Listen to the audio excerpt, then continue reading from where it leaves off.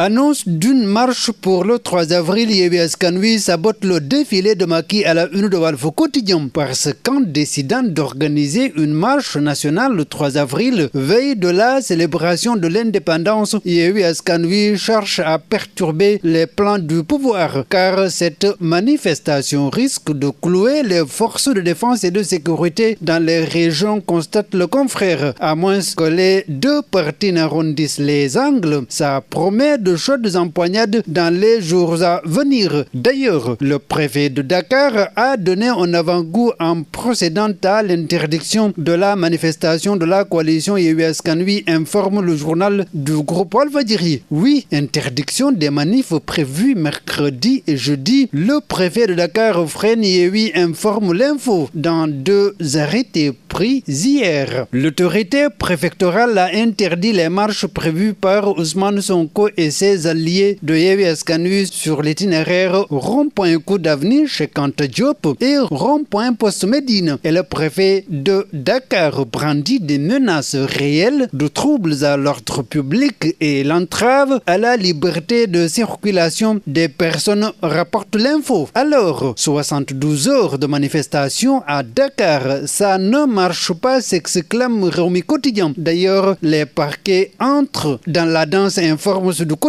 En cette veille de procès et de manifestation annoncée par Yewwi Askan Wi du parquet général de Dakar à d'autres ressorts juridictionnels des régions, les procureurs généraux font face à la presse aujourd'hui. Une première au Sénégal, s'exclame le journal. Déjà, événement du 16 mars, l'État à fond dans le quotidien. Le quotidien, liberté provisoire, bracelet électronique pour El Malik Ndiaye et d'autres inculpés, renseigne le quotidien. En tous les cas, rarissime de voir un militaire sous les drapeaux exprimer publiquement son point de vue, constate Walf Quotidien après la sortie du général Moussa Fall au commandant de la gendarmerie. Dans un élément sonore, on y entend le directeur de la justice militaire proférer des menaces contre les éventuels fauteurs de troubles, assurant au passage, et puis en Wolof, s'il vous plaît, que l'État a des moyens de se défendre pour dire que ceux qui veulent déstabiliser le pays seront eux-mêmes déstabilisés, relève le journal du groupe Walfadjri. Pendant ce temps, industrialisation au Sénégal, les jalons d'un décollage à la une du quotidien gouvernemental. Selon la BAD, le Sénégal est 7e en Afrique et fait partie des 8 pays qui ont